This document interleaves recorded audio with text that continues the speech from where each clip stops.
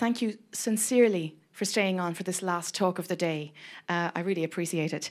My name is Jane Feehan. I'm with the European Investment Bank. We're based in Luxembourg. I'd like to thank the Ministry of Environment and Energy for inviting us here today to have the opportunity to speak to you. A personal introduction, so I'm Irish, and this is my first time in Zagreb, and actually first time in Croatia, and I'm delighted to be here and looking forward to future visits. And what I'd like to do over the next, 15, 20 minutes or so, is to give you an introduction to the Natural Capital Financing Facility, which is a new instrument which uses support from the LIFE budget to help us in the European Investment Bank to offer loans to support biodiversity and climate adaptation. So this facility isn't intended to replace grants, but rather to build on grant-supported activities, to foster commercial viability, and to support the business case for investing in biodiversity conservation and climate adaptation. So first of all, a brief introduction to the European Investment Bank for those of you who don't know about us. So we're the European Union's long-term lending bank. We are based in Luxembourg. Most of our lending is within the European Union, and the shareholders of the bank are the 28 member states, including Croatia.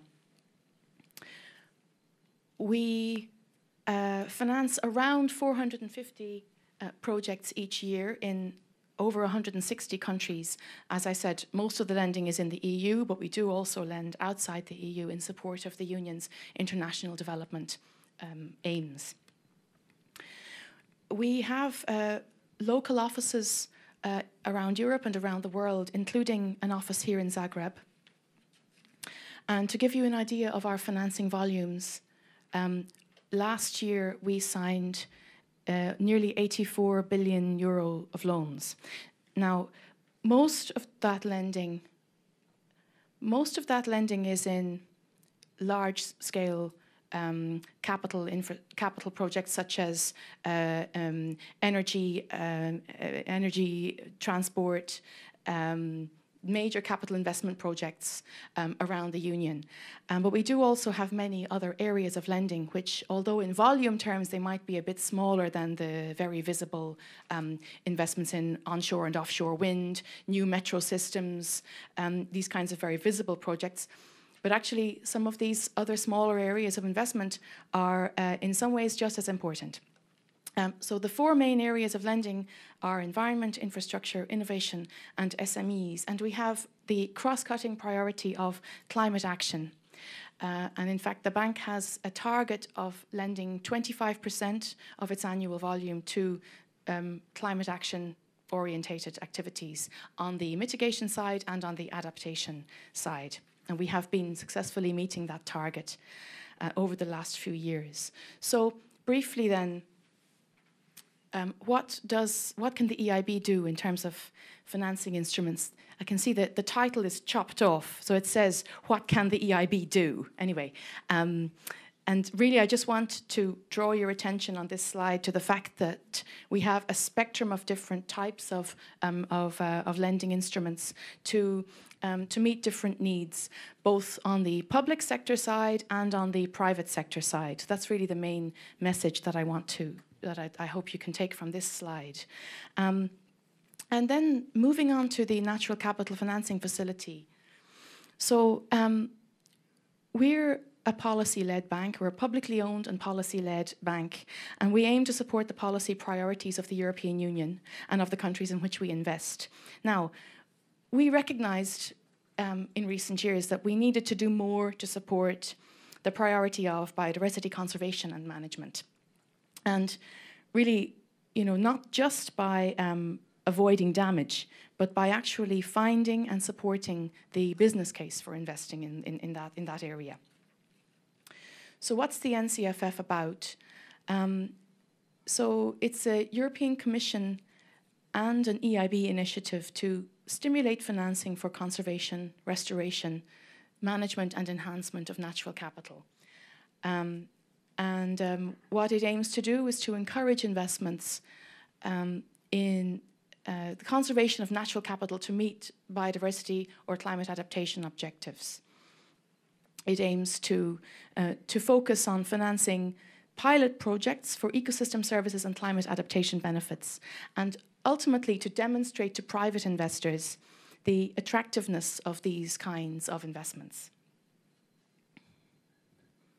So the facility offers loans and equity investments to support 4 categories of projects. And those 4 categories are green infrastructure, biodiversity offsetting, projects using payment for ecosystem services, and pro-biodiversity businesses. And also to underline that we go through a process, as we're a bank after all, we go through a process of assessing the capacity of those projects to repay a loan or an equity investment. And the final beneficiaries can include both public and private entities. And that's an important point to emphasize. So, summarizing then, the NCFF aims to really to demonstrate to private investors the attractiveness of these kinds of projects, to try to bring more financing into this area. It aims to go beyond public grants, not to replace grants, but to build on them, go beyond them. We have these 4 areas of eligibility, and then on this slide we also see the actual target volumes that we have. So that the total facility is up to 125 million euro in size. So we hope to identify a pipeline of 10 to 15 projects to support with this facility. And alongside that, we can offer technical assistance in the form of grants of a total of 10 million euros. So around up to 1 million euros of grant support per project. And that grant support, I'll say a little bit more about that in a moment. So I'd like to spend a few minutes on these 4 categories of projects to try to illustrate for you what we mean by those and what kinds of projects in practice we're trying to identify. So the first is payments for ecosystem services. And these are payments involving a compensation for the benefits provided by ecosystems, such as cleaner water. Then green infrastructure. I'll say a little bit more about this in a moment, because this is the opportunity for the facility to invest in climate adaptation orientated investments in, for example, cities or towns which are trying to deal with increased flood risk or increased risk of heat waves in urban areas. So that green infrastructure eligibility category can try to capture those important investments in urban areas. But then back in the rural context, biodiversity offsets. These are conservation measures designed to compensate for the underlying unavoidable damage to biodiversity arising from development projects. And then finally, the pro-biodiversity businesses. And I think this might be perhaps the most interesting category, actually, for you. Projects involving the supply of goods and services from conservation activities, such as sustainable forestry, agriculture, aquaculture, ecotourism. We've heard this morning about integrated pest management and innovations on IPM. The rollout of those kinds of more sustainable practices, especially in or around Natura 2000 areas, those kinds of activities could be financed. Ecotourism, we heard in the really interesting presentation about, I was trying to follow, about the bears, and there was a mention of Rewilding Europe, the company Rewilding Europe, and the potential for ecotourism around these kinds of, this kind of natural value, let's say. And Rewilding Europe is actually one of the companies that we are appraising at the moment for an investment from this facility. So ecotourism is one of the areas that we hope to support. So a little more info about each of those 4. So green infrastructure. So urban green infrastructure here, this is helping urban areas to adapt to heat waves and flood events. And this can include both small investments, green roofs, green walls, and also citywide infrastructure, so rainwater harvesting, a sustainable urban drainage system, sustainable urban drainage systems. And I'm quite inspired to see the work that's done here on the Drava and then the investments in the floodplain of the river, and how here in Zagreb, I see that the banks of the river have been landscaped in such a way as to accommodate, I think it's a 1 in 200 year flood. So those kinds of investments can fall under this category. Then the payments for ecosystem services example. A well-known example of this is actually the French mineral water company Vitel, which developed a payments for ecosystem services scheme in one of its key watershed areas in the Vosges Mountains in France, where although they didn't own a 5,100 hectare area, a key area in their watershed, they didn't own that land, but they recognized that they needed to do more to secure the water quality in this critical area. And so they developed a scheme with the dairy farmers in this area to help to, well, basically to pay them to go beyond what they were required to do by law, and to secure the water quality in the area. So it was a scheme with those farmers to help to compensate them for going further than the law required them to do, and thus a win-win situation for the farmers and for Vitel and their business model. Payments for, still on the same point. So the key challenge here is to identify payment mechanisms that are capable of repaying an investment, which can be complex, but ultimately worthwhile, we hope. So then compensation or offsetting. Compensation offsets are, it's a bit like, I guess, carbon offsetting, the same principle applied to nature. Controversial. Many people don't agree with this, but it's true that there may be potential where it's properly managed and properly structured. There may be potential to compensate for residual, unavoidable environmental impacts of development by promoting conservation on or off-site of that development. And this is one of the eligibility categories which we hope we can support. And then finally, pro-biodiversity businesses.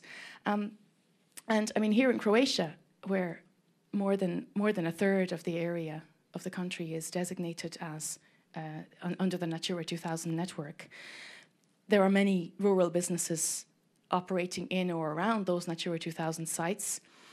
We mentioned ecotourism already, integrated pest management, I was underlining, sustainable forest management, fisheries, agriculture, aquaculture, indeed. These are all areas which, this is the rural economy, which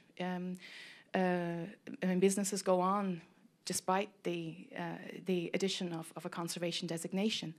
And we hope that with a facility like this, we can help to meet some of the financing needs of those businesses as they try to find ways of operating in a commercially valid way, but also in a way which doesn't impact negatively on the conservation value of the areas where they are. And Rewilding Europe is perhaps an example of that. So I'm going to speed up now because the rest is quite detailed, and I think we can speak about it bilaterally if you are interested. But briefly, the NCFF in practice.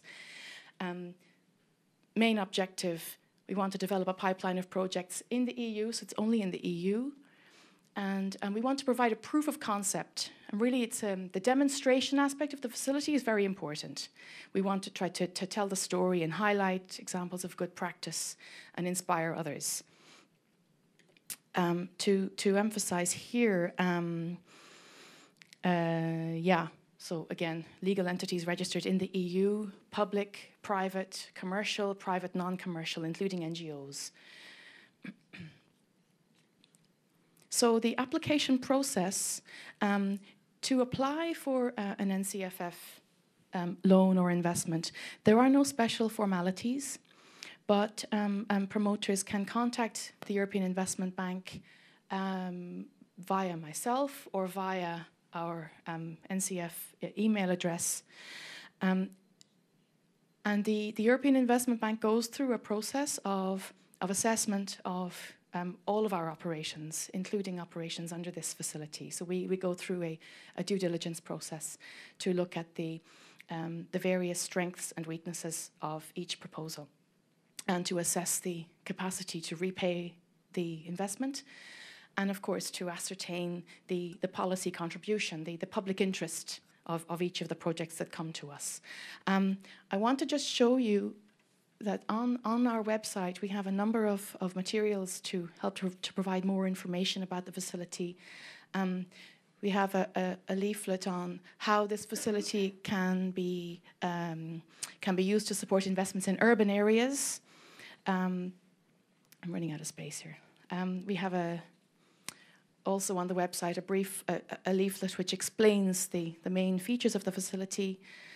And I'm just going to say a little bit in a moment about the technical assistance facility, so the grants that come along with this. We have a leaflet also to explain what those grants can cover. So this is our appraisal process, which I'm not going to detain you with. So the technical assistance then. So here we recognize that I mentioned that the facility aims to go beyond grants, so to identify activities which have benefited from grant support and may continue to do so, but which want to scale up, to become more commercially viable, to take their business case to the next level. And doing that might require some support. So writing a sound business plan, building a financial model which you can bring to a bank to ask for a loan, these kinds of things, and some support in project development. And that's what we want to support with this technical assistance facility. We can also use that money to develop a sound monitoring system, proper baseline data and then monitoring thereafter to actually track the benefits of the project in question. So that pretty much wraps up what I wanted to tell you. So for more information, please feel free to contact myself or the EIB in general. And thank you very, very much for your time and your attention. And I'm staying around after this, so if any of you have any questions, I'd be delighted to discuss. Many thanks. I believe we can actually take some time to answer a few questions, because we don't have the possibility to host you. So I believe that this is the best opportunity to do some ask some questions if you have. Anybody? Questions? I believe no. I guess my talk was so complete. Or the lunch is so close. Lunch is so close. I thank you again for presenting the NCFF. Thank you. Thank you.